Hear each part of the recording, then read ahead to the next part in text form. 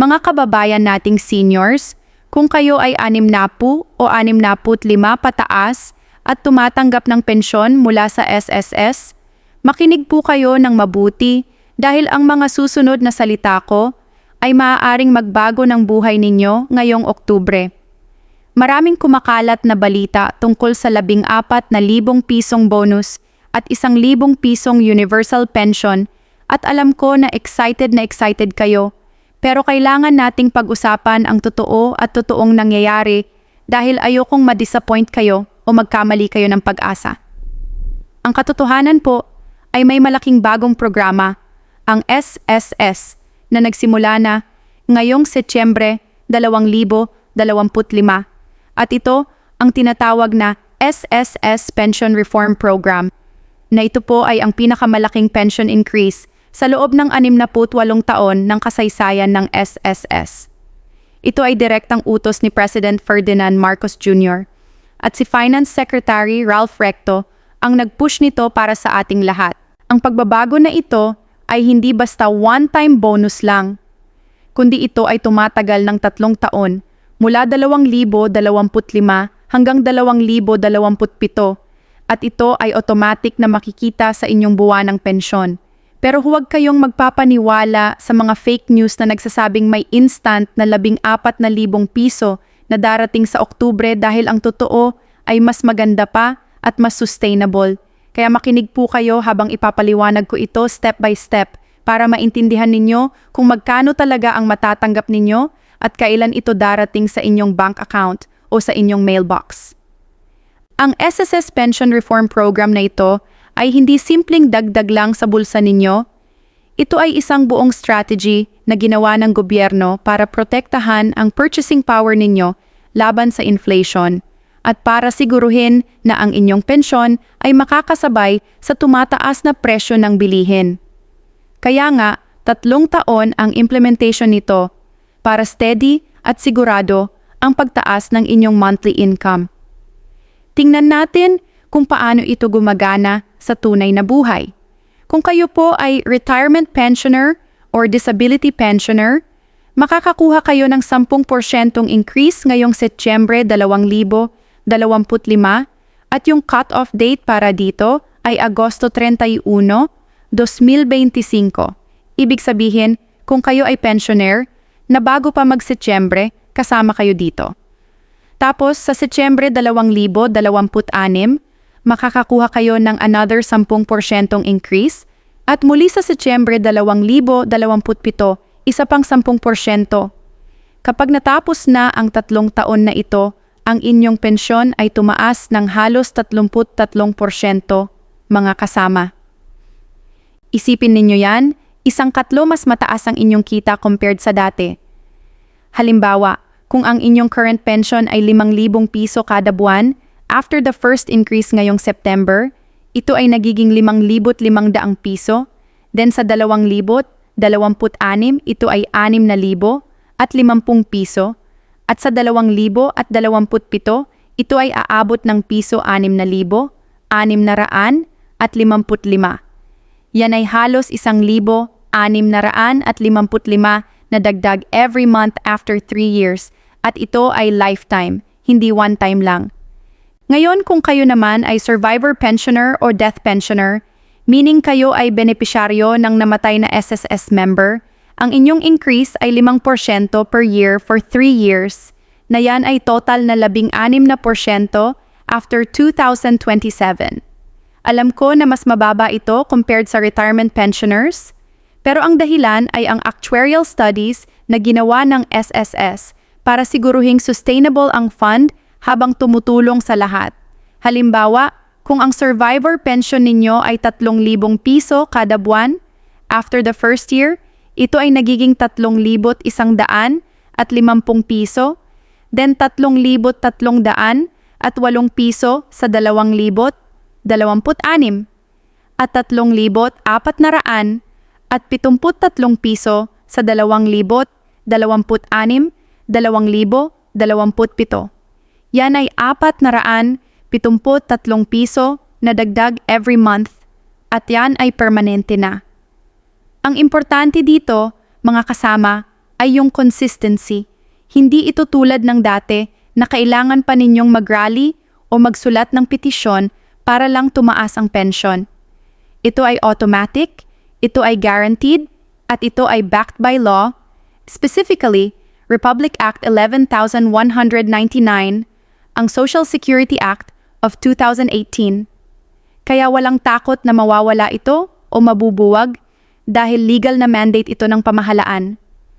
Ang isa pang magandang balita tungkol sa pension reform program na ito ay walang pagtaas ng kontribusyon na kaakibat. Tandaan ninyo noong 2017 na ibinigay yung 1,000 piso buwanan across the board increase. Matapos nun ay tumaas din ang kontribusyon ng mga working members para mabawi yung pondo.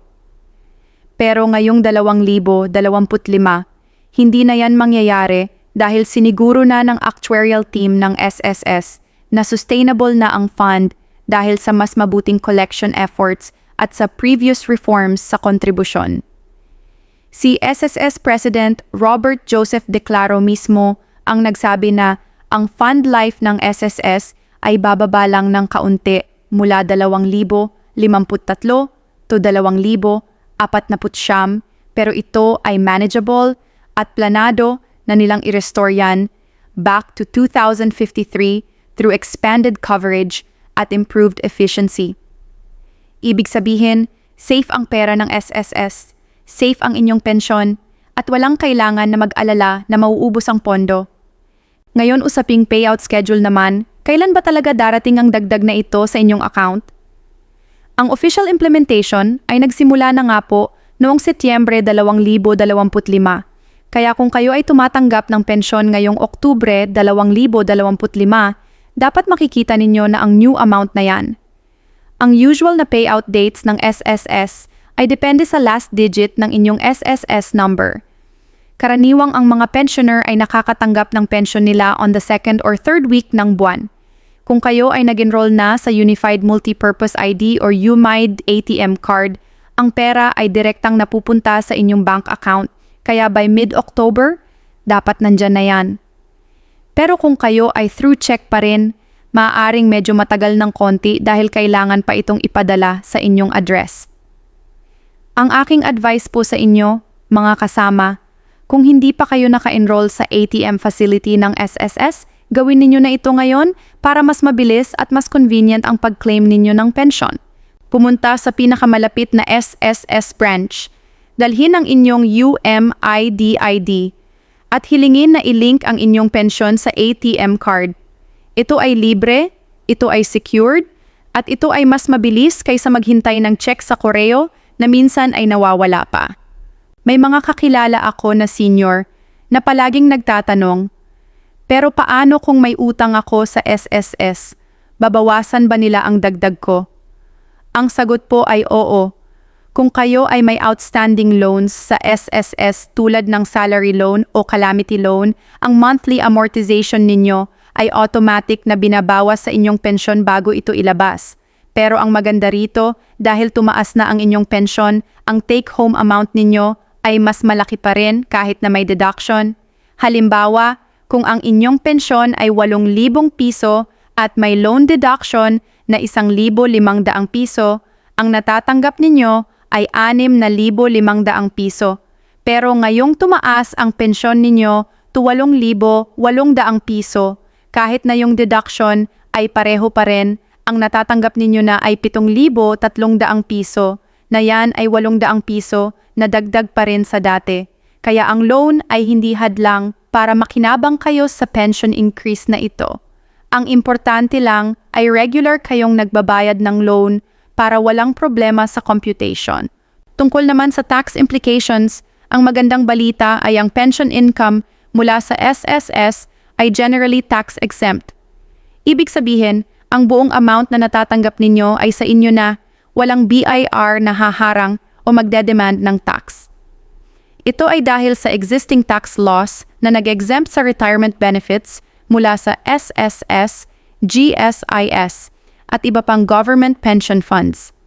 Kaya yung 6,655 piso na example ko kanina, yun na yon, walang bawas. Pero may mga kaibahan ito kung kayo ay tumatanggap pa rin ng iba pang income tulad ng rental income, business income, or investment income. Kung ganon, kailangan pa rin ninyong mag-file ng income tax return pero yung SSS pension portion ay hindi kasama sa taxable income. Konsultahin lang ang isang accountant o pumunta sa BIR para sigurado kung kailangan ninyo ng filing or hindi. Pero sa karamihan ng pensioners na SSS, pension lang ang income, walang tax filing na required. Ang isa pang tanong na madalas kong naririnig ay kung paano naman yung mga bagong retirees nakaka-start pa lang ng pension nila ngayong 2025 o later. Ang sagot po ay ang percentage increase ay based sa inyong base pension na nakalkula na based on your contributions and years of service. Ibig sabihin, kung kayo ay magre-retire ngayong October 2025 at ang computed pension ninyo ay 10,000 piso, automatic na yan ay 11,000 piso na dahil kasama na yung September 2025 increase na 10%. Hindi na kayo maghihintay ng another cycle para makakuha ng increase. Kaya ang timing ay maganda para sa mga bagong retirees dahil instant na kayo ay nakikinabang sa mas mataas na rate. Pero tandaan, kailangan ninyong i-file ang retirement claim ninyo ng maayos. Pumunta sa SSS branch with all required documents, birth certificate, valid IDs, SSS ID, at proof of separation from employment kung employed kayo dati. Kung kayo ay self-employed o voluntary member, kailangan ng proof na nag-stop na kayo ng contributions. Ang processing time ay usually 30 hanggang 45 araw. Kaya mag-apply na kayo as early as possible para hindi delayed ang payout ninyo. Meron ding special category na pensioners na kailangan nating pag-usapan, yung mga nasa abroad or OFWs na retirees na. Kung kayo ay nasa ibang bansa at tumatanggap ng SSS pension, ang increase ay applicable pa rin sa inyo. Ang payout method lang ang magkaiba dahil karamihan sa inyo ay through bank remittance or international money transfer. Ang aking payo ay makipag-coordinate sa SSS International Operations Department para siguruhing updated ang inyong bank details at address. Maraming pensioners abroad na hindi nare-receive ang pension nila on time dahil outdated yung information sa SSS system. Kaya i-update ninyo yan regularly kahit online lang through My SSS portal. Ito ay very important para walang disruption sa inyong monthly income. Ngayon, gusto ko ring pag-usapan ang mga common mistakes na ginagawa ng pensioners na nagre-resulta sa delayed or reduced pensions. Una, yung hindi pag-submit ng Annual Certificate of Pensioner o COP. Ito ay isang requirement ng SSS para i-verify na buhay pa kayo at entitled pa rin sa pensyon. Kung hindi kayo nakapag-submit nito, ang pensyon ninyo ay suspended temporarily hanggang makapag-comply kayo. Ang COP ay pwedeng makuha sa SSS branch or through My SSS portal at kailangan itong isubmit every year. Pangalawa, yung pagsasama ng inyong SSS pension sa ibang income sources na hindi naman dapat. Maraming pensioners na nag-a-assume na dahil may tumatanggap silang iba pang benefits tulad ng DSWD cash assistance or senior citizen discount, ay affected ang SSS pension nila. Hindi po yan totoo.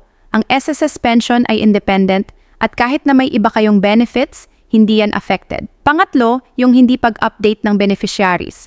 Kung kayo ay may mga dependents tulad ng spouse or children under 21 years old, kailangan ninyong i-update ang record sa SSS para siguruhing sakaling may mangyari sa inyo, ang survivor benefits ay mapunta sa tamang tao. Ito ay madalas na nakakalimutan ng mga pensioners at pagdating ng panahon, ang mga beneficiaries ay nahihirapan mag-claim dahil kulang ang documents.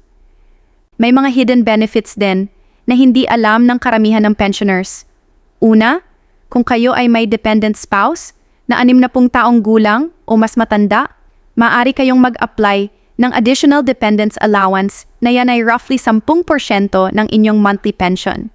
Pangalawa, kung kayo ay may dependent children na below 21 at hindi pa nakakapagtapos ng college, entitled din sila ng educational benefits under certain conditions. Kailangan lang ninyong mag-inquire sa SSS kung qualified ang inyong situation. Pangatlo, ang burial benefit na ito ay 40,000 piso, fixed amount na ibibigay sa beneficiaries ninyo in case of death. Ito ay automatic. Hindi na kailangan ng separate application, basta may updated records kayo sa SSS. Ang mga benefits na ito ay bonus on top of your regular pension, kaya importante na aware kayo para ma-maximize ninyo ang lahat ng entitled sa inyo. Tungkol naman sa mga tips para maging smooth ang inyong dealings sa SSS, narito ang mga aking recommendations based on years of experience ng mga pensioners na nakilala ko. Una, mag-register kayo sa MySSS portal kung hindi pa kayo registered. Ito ay online platform kung saan pwede ninyong i-check ang pension status, i-download ang payslips, i-update ang personal information, at mag-apply ng certifications without going to the branch. Ito ay nakakatipid ng oras at effort, lalo na sa mga seniors na mahirap na maglakad or mahaba ang pila sa SSS offices. Pangalawa, kapag pupunta sa SSS branch, pumunta ng maaga, mga alas 7:30 o alas 8 ng umaga, para unang batch kayo ng service. Iwasan ang peak hours na alas 10 ng umaga hanggang alas 2 ng hapon dahil sobrang dami ng tao. Magdala ng senior citizen ID ninyo para ma-avail ang priority lane. Pangatlo, magkaroon ng folder or organizer kung saan nakalagay lahat ng SSS documents ninyo, pension stubs, COP certificates, contribution records, at iba pa. Ito ay para kapag may kailangan kayong i-submit or i-verify, ready na lahat. Maraming pensioners na bumabalik-balik sa SSS dahil kulang ang documents na yan ay sayang sa panahon at pera sa pamasahe. Isa pang mahalagang punto na kailangan nating pag-usapan ay ang sustainability ng SSS Fund. Alam ko na marami sa inyo ay nag-aalala kung tutuluyan ba ang SSS o mauubos ang pera. Ang sagot ay hindi dahil ang SSS ay naka-invest sa various financial instruments tulad ng bonds, stocks, real estate, at government securities na nag-generate ng income. Ang actuarial life ng fund ay hanggang 2,049 under the new reform at yan ay mahigit 20 taon pa mula ngayon.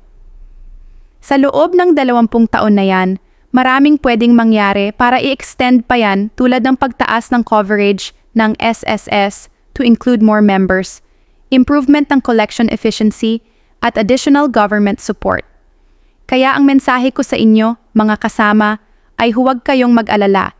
Ang pension ninyo ay secured, ang increase ay guaranteed, at ang SSS ay committed na protektahan ang karapatan ninyo as pensioners. Sa pagtatapos, gusto kong sabihin na ang SSS Pension Reform Program na ito ay hindi lang basta numbers or percentages. Ito ay tunay na pagmamahal ng gobyerno sa mga seniors na tulad ninyo na nagbuwis ng buhay at lakas para sa pamilya at sa bansa. Ang 33% pagtaas para sa mga retiradong at may kapansanan ay malaking bagay at ang 16% para sa mga survivor pensioners ay tulong din na hindi dapat balewalain. Kaya ang aking mensahe sa inyo ay huwag kayong magpapaniwala sa mga fake news tungkol sa instant bonuses na hindi totoo. Ang totoo ay nandito na. Ito ay nagsimula na ngayong Setyembre at ngayong Oktubre ay makikita na ninyo ang first wave ng increase sa inyong account. I-check ninyo ang inyong pension stub or ATM balance ngayong mid-October at kung may discrepancy, agad na pumunta sa SSS para mag-follow up. Mag-ingat din sa mga scammers na nagsasabing kailangan ninyong magbayad ng processing fee para makuha ang increase. Walang bayad ang pension increase na ito ay automatic. Huwag kayong magbigay ng pera or personal information sa mga di kilalang tao. Ang SSS ay hindi humihingi ng bayad para sa pension adjustments. Salamat po sa pakikinig, mga kasama. Magtulungan tayo, mag-update tayo ng information, at samantalahin natin ang mga benepisyo na ito para sa mas maayos na buhay sa ating pagtanda.